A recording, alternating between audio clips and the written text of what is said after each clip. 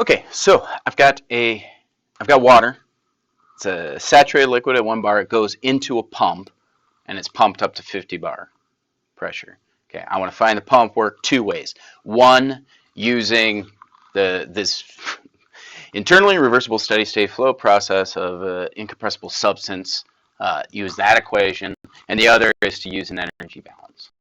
Okay, so what I'll do here is I'll start with 1 and 2. Okay, so this equation, well, let me go ahead and jot that down. That equation, the work of the pump is given as the volume times the change in pressure, which is going to be P2 minus P1. Okay, and that's the equation that we get when we have an internally reversible steady state flow process of an incompressible substance, i.e. the volume does not change with pressure. The volume is constant volume, which is what we have here. This is liquid. It goes from saturated liquid to a compressed liquid. Okay, so the volume we can assume is relatively unchanged. Okay, that'll give me the work. The other way I can do the work is, of course, using enthalpy, right?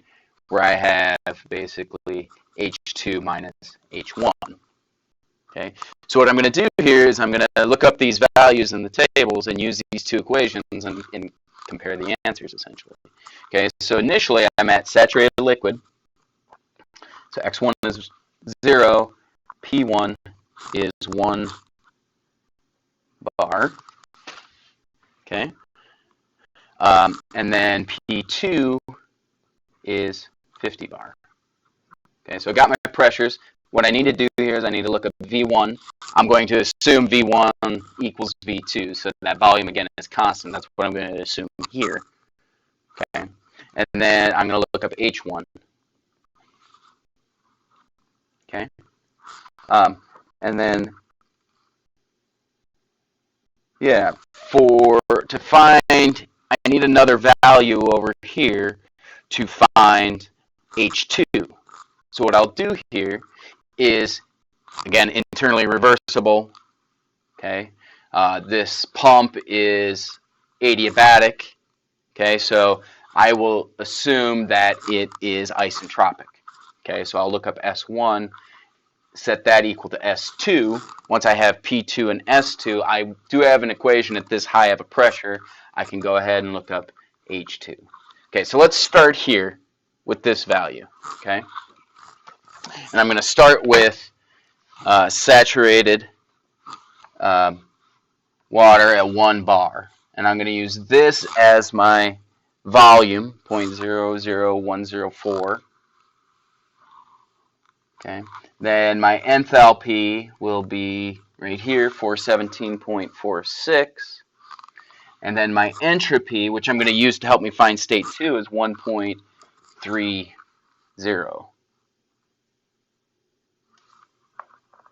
Okay. So let me go ahead and jot those values down. So again, V1, I'm going to use 0.0010432. H1, I'm going to use 417.46. And then S1, I'm going to use the value 1.3026. And again, I'm going to use this S1 over here to help me find H2. But before I do that, let me go ahead and plug in my values here, right? Because I've got them all here. 0.00100432 times 50 times 10 to the 5th minus 1 times 10 to the 5th. Right, and that's the values I get for, pressures, right? So again, assuming incompressible, assuming constant volume, it's just that volume times the change in pressure. That gives me a work of 5.11 kilojoules per kilogram.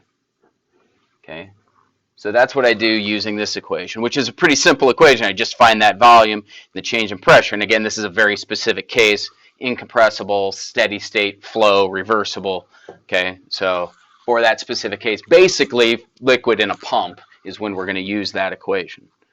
Okay, which is what I have here. Now I'm going to go look up H2 and solve it this way, right? So H2, okay, I have 50 bar, so I do have a table for this.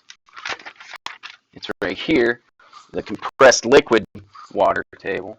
50 bar is right here, and again, I'm at, what was it, 1.3026, so I scroll down, oh, look at that, pretty much right there.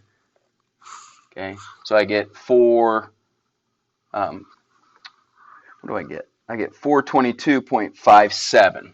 Okay, when it's just I'm just a hair below that, so I'm just a hair below that. I mean, I can do the interpolation, but it's essentially 422. Okay, so I jot that down, look that up. Okay, now a lot of times I won't have that value because the pressure won't be high enough.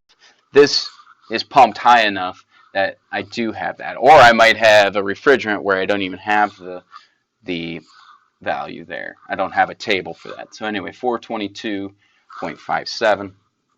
So once I have that, then I can just take 422.57 minus 417.46, and guess what? I get 5.11 kilojoules per kilogram. Same thing. Okay. Although this requires a table that I may or may not have, as well as some extra interpolations, whereas this equation, I can easily just, from my pressure ratio, assume the volume doesn't change enough to matter and just find it that way. So if you have a liquid through a pump, use this equation. Through a steady state pump, go ahead and use this equation to help me find the work, again, for that incompressible steady state pump.